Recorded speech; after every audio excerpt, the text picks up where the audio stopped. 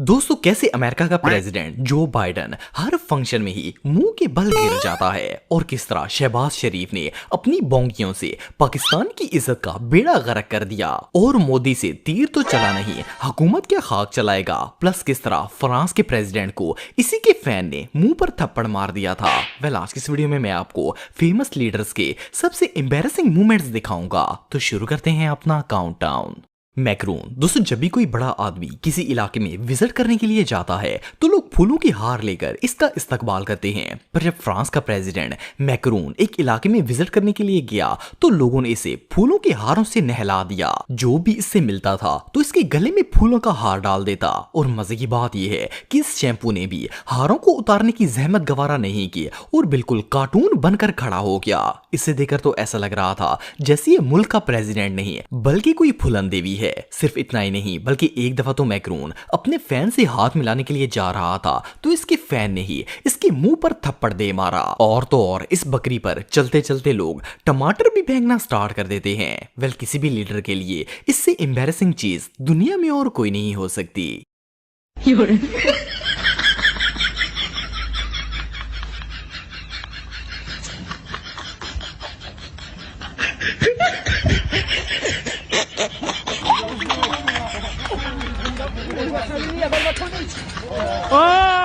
शहबाज शरीफ। दोस्तों, शहबाज चाचू को तो आप जानते ही होंगे। पिछले 75 सालों में हमारे मुल्क की इतनी इंसल्ट नहीं हुई जितनी शहबाज चाचू ने चंद महीनों में ही करवा दी है। लिटरली ये बंदा उस बदतमीज बच्चे की तरह है जिसे किसी के घर ले जाते हुए शर्म आती है। बहरहाल बात करते हैं इनकी हरकतों के बारे में। शहबाज चाचू जब स्टेज पर जाते हैं तो इन्हें कोई आइडिया नहीं होता कि आखिर बोलना क्या है। 150-200 दफा तो ये शेर सुनाते सुनाते भूल गए थे कि आगे क्या होता है और फिर लोगों से पूछना स्टार्ट कर देते हैं कि मेहरबानी करें जरा शेर को कंप्लीट करवा दें। खैर, एक बार तो जोश में आकर इन्होंने सबको बताया कि इंसान का दिल खोपड़ी में होता है जबकि दिमाग सीने में होता है। It is a moment.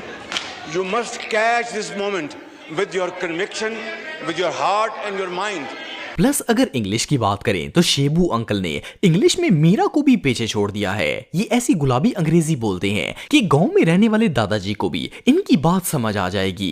इज्जत तो माशाल्लाह इनकी इतनी ज्यादा है कि कोई सलाम देकर भी राजी नहीं है। बेचारे सबको बुला बुलाकर हाथ मिलाने की कोशिश करते रहते हैं। एनीवे, अगर शहबाज चाचू पॉलिटिक्स की जगह सर्कस में होते तो शायद ज्यादा तरक्की करते।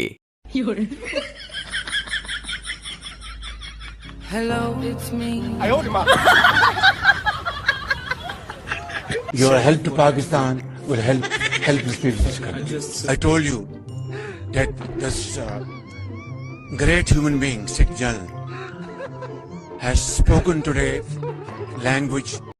जो बाइडन। दोस्तों, आप में से ज्यादातर लोग जानते होंगे कि जो बाइडन इस वक्त अमेरिका का प्रेसिडेंट है। वैसे कहने को तो ये बंदा दुनिया की ताकतवर तरीन मुल्क का लीडर है, लेकिन बिलीव मी इसकी बूढ़ी हड्डियों में अब हुकूमत करने लायक कुछ नहीं बचा, क्योंकि ये जहां भी जाता है बुढ़ापे की वजह से गिर जाता है। जब ये बंदा नया नया प्रेसिडेंट बना था तो अपने जहाज की सीढ़ियां चढ़ते हुए स्लिप होकर गिर गया। और सिर्फ एक बार नहीं बल्कि ये बेचारा लगातार 3 दफा स्लिप होकर गिर गया था। इसके बाद एक और मौके पर जब ये एयरफोर्स 1 पर जा रहा था तो ऊपर जाते जाते फिर से इसका पांव स्लिप हुआ और ये स्टेयर्स में जा लगा। सिर्फ इतना ही नहीं बल्कि रिसेंटली जून के महीने में जो बाइडन एयरफोर्स के ग्रेजुएट्स की सेरेमनी में आया हुआ था तो ना वहां स्लिपिंग थी और ना ही कोई ऑब्जेक्ट था, लेकिन फिर भी जो साहब जमीन के ऊपर गिर गए। और कहानी यहाँ पर खत्म नहीं होती बल्कि एक बार तो ये दादाजी साइकिल इवेंट में बाइसाइकिल चलाने के लिए पहुंच गए थे। हालांकि इन्हें पता है कि इनकी बूढ़ी हड्डियों में अब गोदा नहीं बचा, लेकिन फिर भी ये साइकिल चलाने पहुंच गए और एक बार फिर से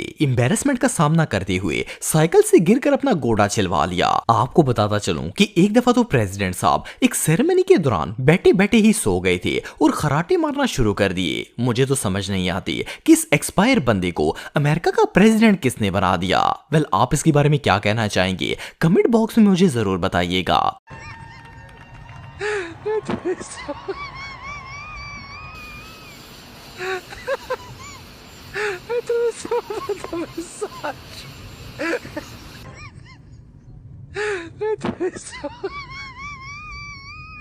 नरेंद्र मोदी, दोस्तों मोदी जी को तो आप सब जानते ही होंगे। इन्हें लोग इंडिया के प्राइम मिनिस्टर होने की वजह से कम और मीम्स की वजह से ज्यादा जानते हैं। मोदी जी पर ऐसी ऐसी मीम्स बनी हैं कि ये तो मीम्स के शाइनिंग स्टार बन चुके हैं। कोई भी फनी वीडियो मोदी जी की मीम के बगैर अधूरी होती है।